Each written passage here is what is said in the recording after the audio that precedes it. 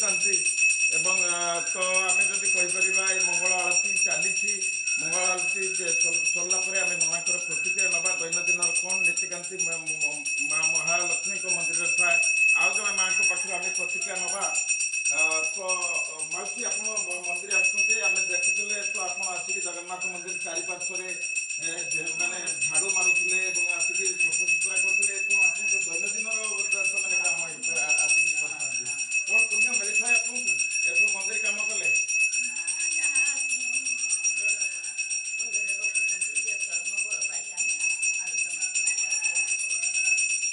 କ'ଣ ମାଙ୍କ ପାଖରୁ ଜଗନ୍ନାଥ ମହାପ୍ରଭୁଙ୍କ ପାଖରୁ ତ ଆପଣ କ'ଣ ଅନୁଭୂତି ଅଛି ଯେ ଠାକୁରଙ୍କ ପାଖରୁ ଆପଣ କ'ଣ ପାଇଛନ୍ତି?